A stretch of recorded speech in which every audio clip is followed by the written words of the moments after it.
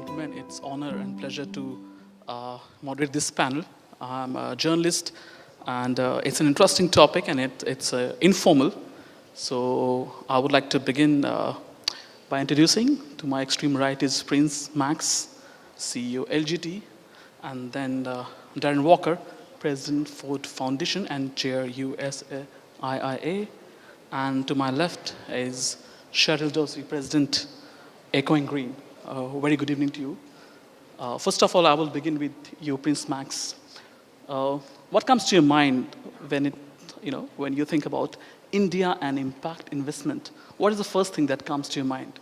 The first thing that comes to my mind when I think about India is the huge size of the addressable market and the huge opportunity to really help this the large number of disadvantaged people here to have a better opportunity in their life. The same question to you, Darren, also. What thing that comes to your mind when you think about India and impact investment? Well, the thing I think about most when I think about India is just how resilient and how creative this country is, and how what is needed to unleash this creativity and the talent in this country is the capital that will unlock the potential of this country, and that capital needs to not bring with it the bias, the prejudice, the arrogance of the global north and institutions that are based in the US and in Europe, who have for too long underappreciated the potential of this country, while at the same time putting forth a rhetoric that is not followed through with real action. Okay. And to you, Cheryl, now the beginning question is, what comes to your mind when you think about India and impact investment?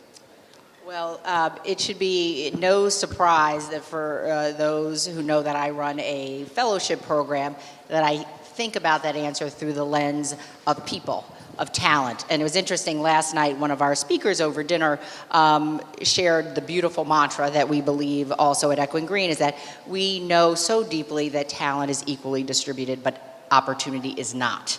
And that is clear in every country in the world, in every setting in the world. And after having seen a number of young leaders from this country who are doing game-changing, extraordinary social change work, it is so clear that the talent, the opportunity, when they come together, can be disruptive and game-changing. So it is hard not to be optimistic and excited about the promise of social change and transformation through the lens of many of the next generation leaders with whom we work here in India. And trillions of dollars are required for impact investment. And as one of the before me panelists was saying, we are living in one of the best times ever. But there is a huge gap, which means, how do you think this gap can be bridged? The demand is of trillions of dollars. On the other hand, we have resources also. This is a tough one, and my colleagues on this panel may be better able to speak about it in a way that this audience resonates most with it. I come from a social justice tradition, and I've always believed that sustainable change at scale truly comes through changing hearts. That's the work of social movements. And social entrepreneurship, from my perspective, is not only attractive because you will get enterprises that are able to scale their impact through the number of people served, but at the end of the day, until we shift paradigms, normative paradigms about who we see, who is included, who is excluded, it is hard for me to get to the level of transformation and change that will sort of connect talent to opportunity and capital. So there I'm a little more skeptical, and maybe I will turn to my colleagues on the stage who may have a better answer than I. To you, Prince Max, you have a financial background. You have been with the finance industry for long. How do you think this gap between the impact investment and trillions of dollars that are required, how to bridge that gap of this need for trillions of dollars for impact investment? Capital is looking still predominantly first for financial returns, increasingly also for impact. And what we need to do is to gradually show that we can combine both. The more organizations develop a track record of achieving positive financial returns combined with significant environmental and social impact, the more capital will we be able to attract. So I do think that there are a number of policy measures that are sort of great sort of forums such as this one that can help to build the momentum, but ultimately the investors of capital are careful and they typically like to see track record. So we have to be realistic and also sort of acknowledge that this is not going to happen in one big explosion. This is going to happen sort of gradually. But of course, the right policies, the right sort of efforts on the side can be an accelerating force. And over to you, Darren. What's your vision of impact investment?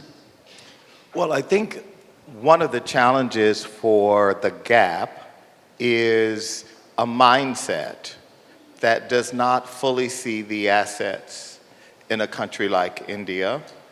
And I think that mindset has to also be addressed, the investor mindset, because I do agree that investors are looking first and foremost for opportunity and return.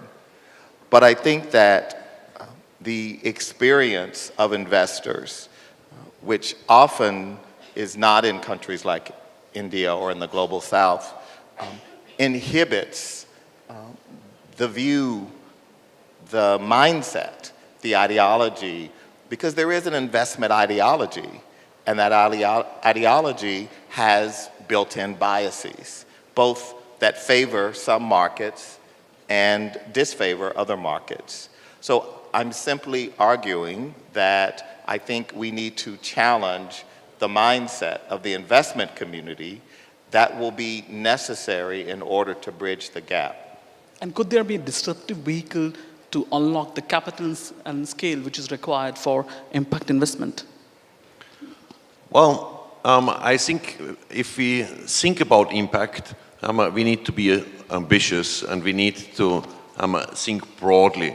So we should not just think about impact in the context of the impact investing industry.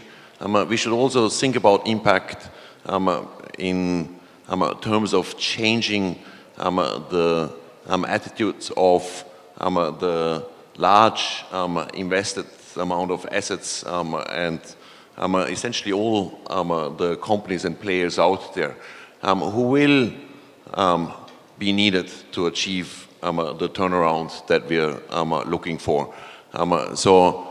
Yes, the impact investing industry will try to finance the new business models that provide new solutions that can hopefully be disruptive and create great impact. But we also need to think about the mindset turnaround at the established existing businesses that can also start to be much more considerate about how they measure their environmental and social footprint and impact. All right.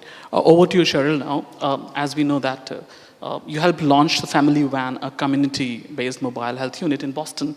Can you tell us more about that, and how do you think those ideas can be used to fulfill the ambitions or the aims of impact investment?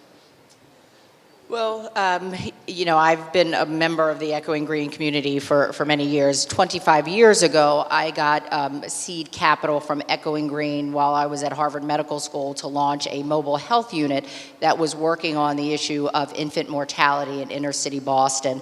For those of you who may understand the U.S. context at the time, African American babies were dying at 3 times the rate of white babies, despite living in the shadows of some of the world's best medical facilities, Mass General Hospital, Brigham and Women. So from a racial equity and racial health disparity perspective, it was a devastating indictment of the structural inequities that confront so many of our citizens, global citizens, who are locked out of access to health care and other services. So for me, Echoing Green was a transformative investment that launched me into the social innovation field. And I now have the great privilege to work with many next generation leaders who are trying to sort of get at the root cause of many of the structural problems that are preventing people from living the best lives in their community. And I will say that as practitioners who see the barriers that confront early stage social entrepreneurs, there are opportunities for strategic partnerships that will allow them to go farther faster. A few months ago, we launched a wonderful partnership with the RISE Fund, where they have agreed to carve out up to $50 million of the fund to upsize the equity rounds of our fellows who meet social impact metrics and financial criteria aligned with the fund. So we think that is actually a way to start to unlock more capital at the very earliest stages. It does not address your question about unlocking trillions of dollars, but it should juice the pipeline in the earliest stages. So we're hopefully starting to see more of these sorts of strategic partnerships that will recognize that if you can align what the expectations are for these early stage entrepreneurs with investor expectations, we might start to juice the pipeline a little bit faster. And to you, Prince Max, now, how each one of you can contribute to impact movement, how each one of you can contribute to the impact movement? I think we, again, need to think about the impact movement broadly. We need to all work the stakeholder groups that we are in our sort of activities exposed to very broadly. So for LGT, the business that I'm looking after, we have a large sort of client base that has significant influence, institutional clients, private clients. We need to push them and ask them to include the impact dimension much more into their thinking. We need to work our suppliers, the external asset managers who we are working with, to push them very hard. I think working the broader stakeholder basis that sort of we are all exposed to is a natural starting point. Okay. To you, Mr. Walker. Yes, well, I think for me, the challenge is my community of American foundations, large American foundation, who by and large are not engaged in impact investing. They certainly are not engaged in exploring how they can and should deploy endowment capital for impact. We, unfortunately, in the United States, have an endowment community, a foundation community, that is conservative in spite of our progressive rhetoric. When you look at how we invest, we are investing in the most normative, traditional asset classes and portfolios that in no way reflect a commitment to justice, racial equity, advancing the rights of women and other people, which I believe, certainly for my institution, my pitch to my trustees was that we could not be a foundation committed to the idea of social justice and not ask ourselves, how do we ensure that we deploy all of our assets for justice? That is not a view that is shared by many of our peers. And this is not to say that we are better than our peers. It is to say, though, that we, like our peers, are privileged institutions. And privileged institutions and privileged people don't like change. We are comfortable, and one of the things that privilege buys you is insularity from the discomfort of interrogating your own values, your own rhetoric. And so my challenge to my colleagues in the American Foundation community is hold up the mirror to ourselves and let's really interrogate and explicate the question of our mission and how we invest. Because I think the time has come when the public should hold us accountable for what we invest in and ensuring that it is aligned with our mission. Now over to you, Cheryl. One incident in your life when you saw the impact movement working, one incident which you can recollect and tell you that when you realized that now the impact movement is working or it's required.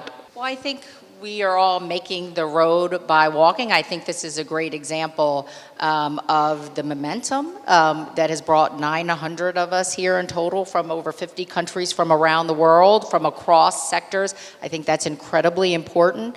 When I think about strategic partnerships where ecosystem players like Echoing Green that have extraordinary pools of talent are finding it easier to interface with investors who are aligned with the values and the vision of these disruptive innovators. That gives me hope and promise. But I think, you make the road by walking, and each and every day it's going to depend on which new entrepreneur gets access that she didn't have yesterday. What new group that is doing something so fundamentally disruptive, but also threatening to the status quo, but are accepted in any way, that's when I will determine that we continue to make progress in this space. And to you, Prince Max, as this discussion is supposed to be very informal, I would like to ask you one incident when you thought that impact movement is required or impact movement is working.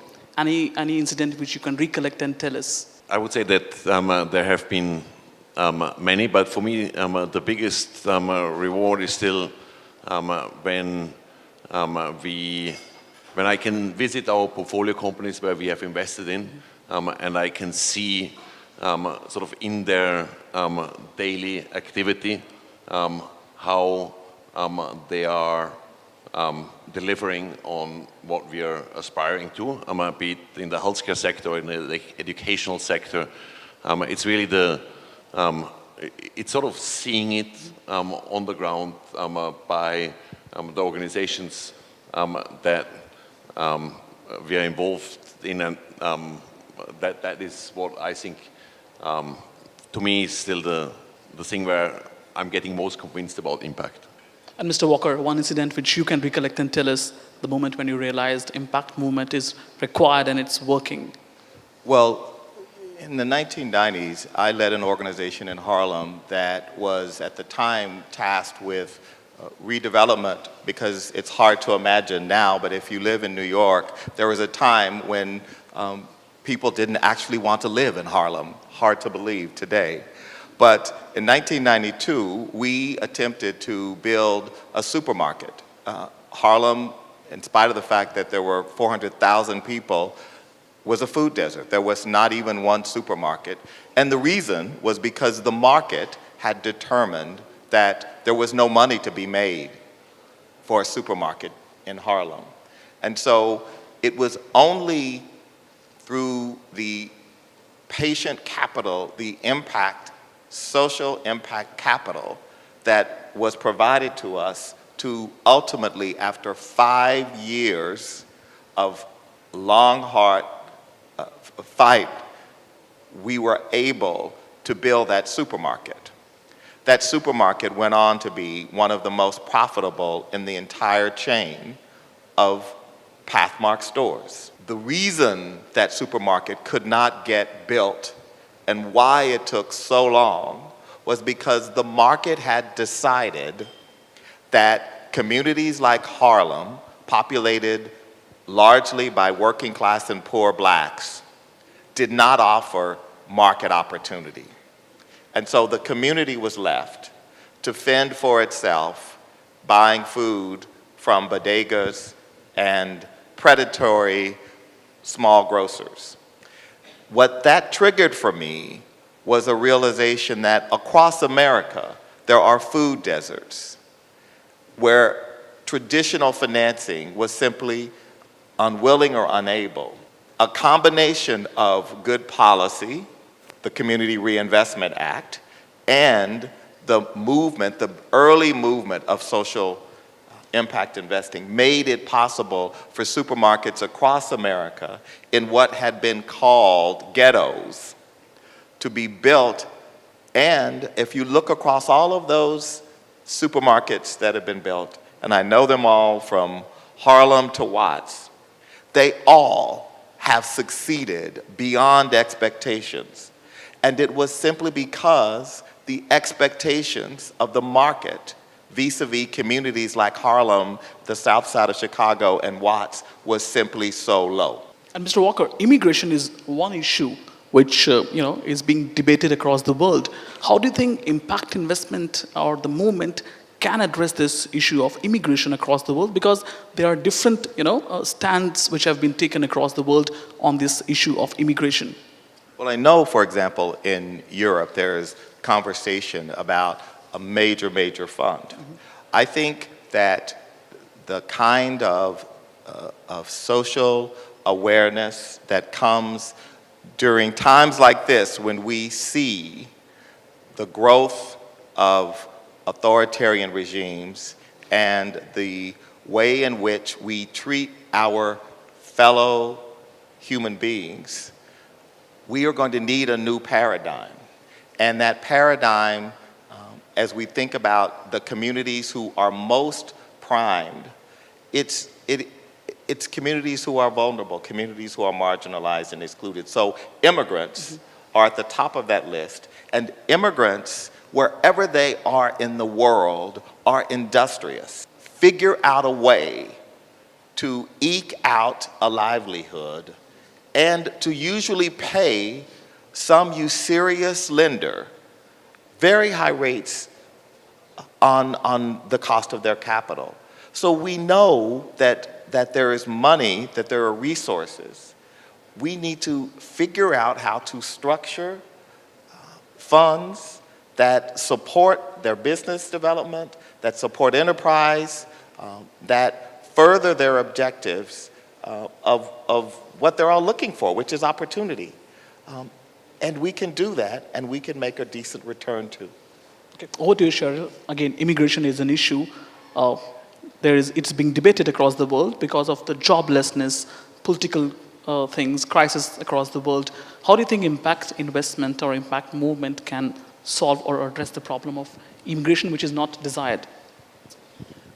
Well, I would say from a funder that does a lot of work in urban settings, I do think the frame of inclusive economies are really important in this context, where you've got cities, mega cities, which are really where there is so much dynamism and energy, and at a time when our politics appear to be broken at sort of a federal level in the U.S. and sort of at in many countries around the world, there is something very sort of tangible and practical about those living in urban settings where you got to get your transportation systems right. You got to fix your potholes so commuters can get to work. You've got to figure out ways for citizens, including immigrants in communities, to get access to capital to start businesses. And that is happening in real time across many cities around this world. So I actually do think the work that we're seeing percolating from the bottom up, where mayors are paying attention to this, local lenders are paying attention to this, individual angel investors are paying attention to this, gives us real opportunity to invest in residents in situ who've got the best solutions because they are most proximate to the problems and issues that their communities face. So I actually do think these place-based initiatives that bring together leaders across sector is a real formula for unlocking some of this talent, as well as sort of allowing them to catalyze more opportunity in their communities. And Prince Max, your views on immigration and how to solve the problem of undesired immigration and joblessness by, through impact movement? Clearly, the challenges of handling immigration are very broad. And one way we or I think there are two sort of obvious directions how we need to address it. On one hand, we need to improve the capacity to integrate immigrations, because that has not done successfully in the past, and of course it's not easy. And if I look at a number of initiatives that have been started now in a number of countries, also in Europe, that has been faced by this accelerated immigration over the last couple of years, I can see that that capacity is improving.